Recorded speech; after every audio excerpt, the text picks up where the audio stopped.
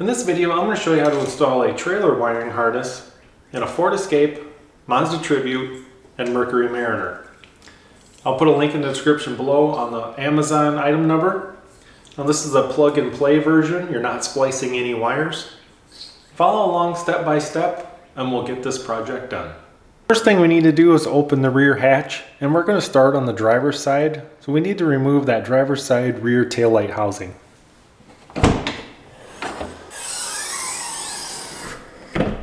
Here on the driver's side rear housing, we have two Phillips head screws we need to remove, and you're going to use about a medium-sized Phillips head screwdriver. Now make sure when you remove this housing, you don't wiggle it back and forth or up or down. It's going to pull straight back. And up here at the top of the housing, there's just barely enough room you can kind of get a finger behind there. Kind of just get it loosened up. And now we're going to pull straight back.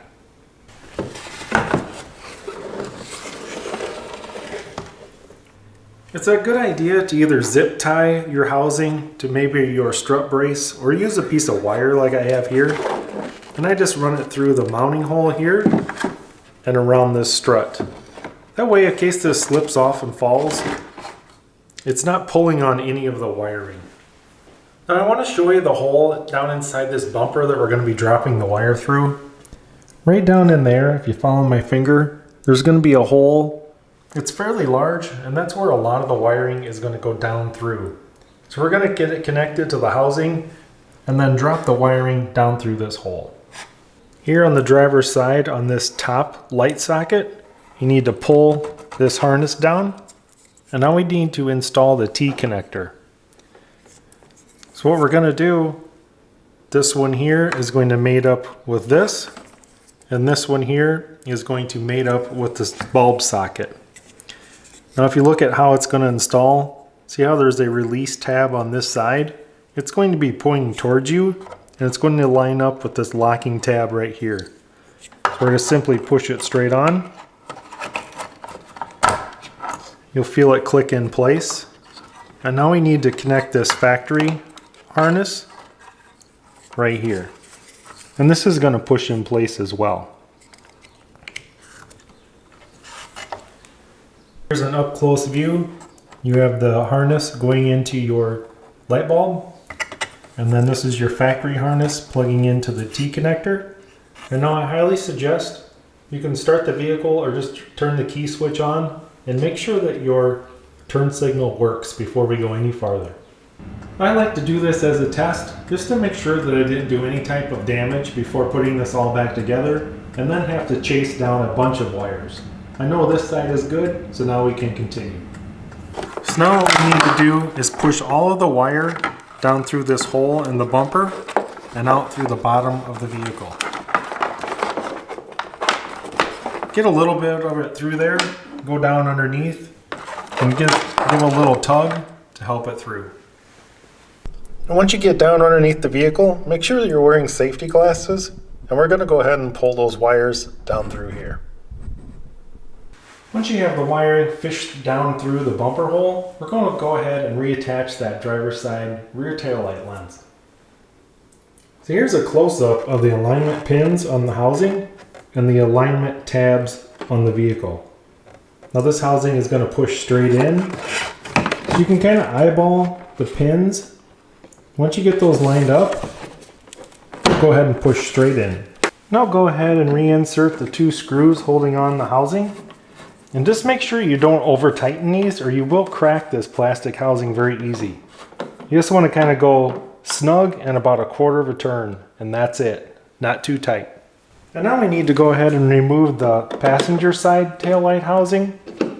And we're going to run that wire underneath, kind of inside the bumper, over to this passenger side. And we're going to push it up through the same hole we pushed the wires down through on the driver's side. And then we're going to connect the T connector on the passenger side the same way we did on the driver's side. And now go ahead and install a zip tie or a wire to hold onto the housing so the housing doesn't fall off your bumper. So here's a tip for you. Instead of trying to push your wire up through that hole, I just use some type of heavy wire, come down through the top, tape it to your wire harness, and then we're going to pull it through. That seems to work better than trying to push it and then trying to reach in here and pull something out. You're kind of just fishing this up through the same hole that you stuck in the heavier gauge wire. Seems to work much easier that way.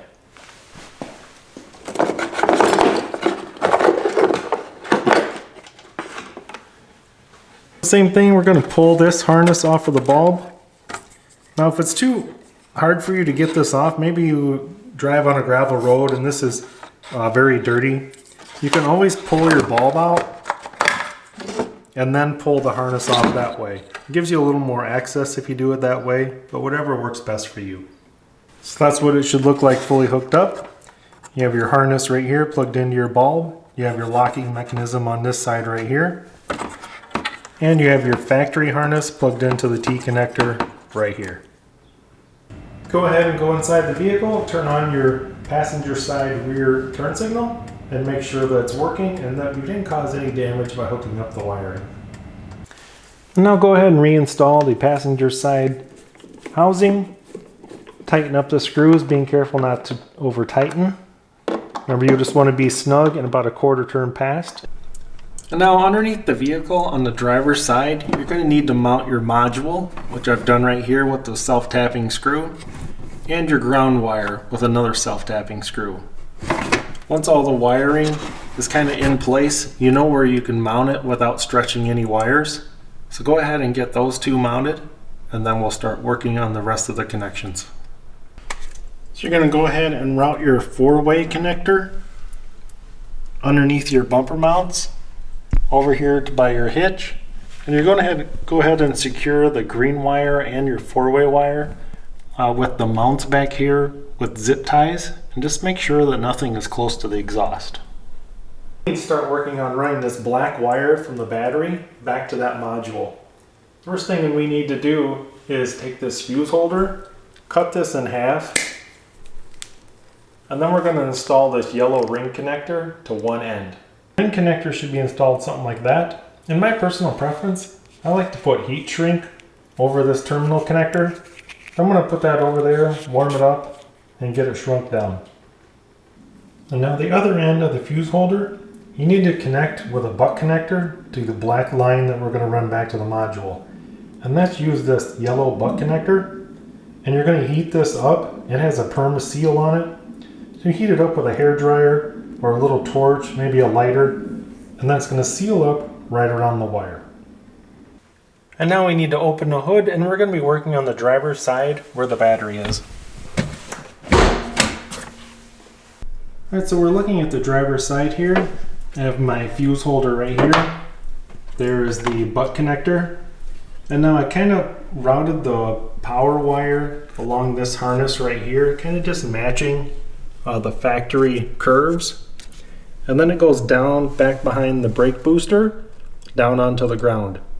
And now we need to fish that towards the back of the vehicle to that module. I'm going to follow along the brake lines. Alright, so if you look down here at the bottom of the vehicle, you can see the wire right there. I just followed the brake lines, zip tied them all the way to the back. Here to the back, following that brake line right there, I went into the frame rail and then just came down the frame rail a little bit to the right there. Brought the wire out the frame rail behind that bumper mount, and then connected it with the butt connector to the module. And now we need to connect this ring terminal to the positive post on the battery.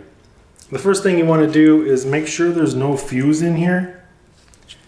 Second thing, you're going to disconnect the negative battery cable first, and then you're going to disconnect the positive, insert the ring connector, reconnect the positive, reconnect the negative, and then insert the fuse.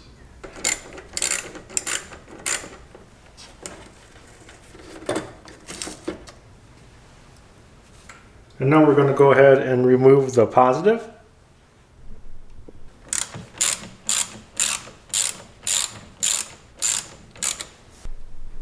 And now you got to put your ring connector right here on your positive tightening bolt. Go ahead and retighten your positive battery cable. And now go ahead and reattach and tighten your negative cable.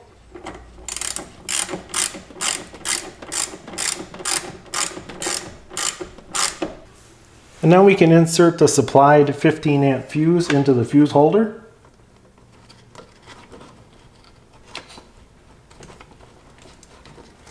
Make sure it's seated all the way in and replace the cap.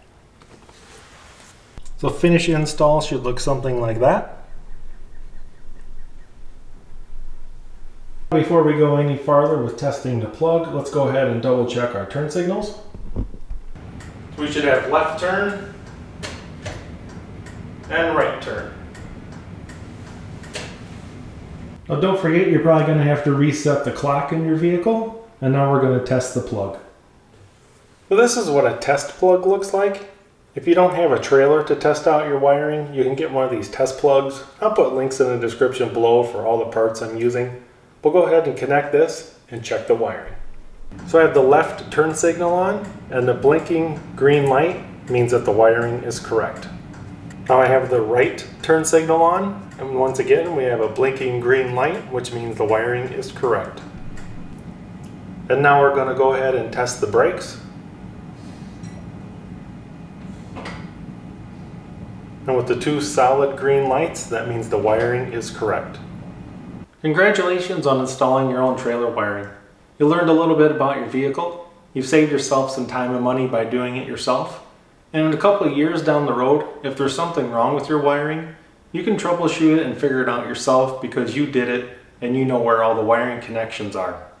Hope this video was helpful and informational to you, and thanks for watching.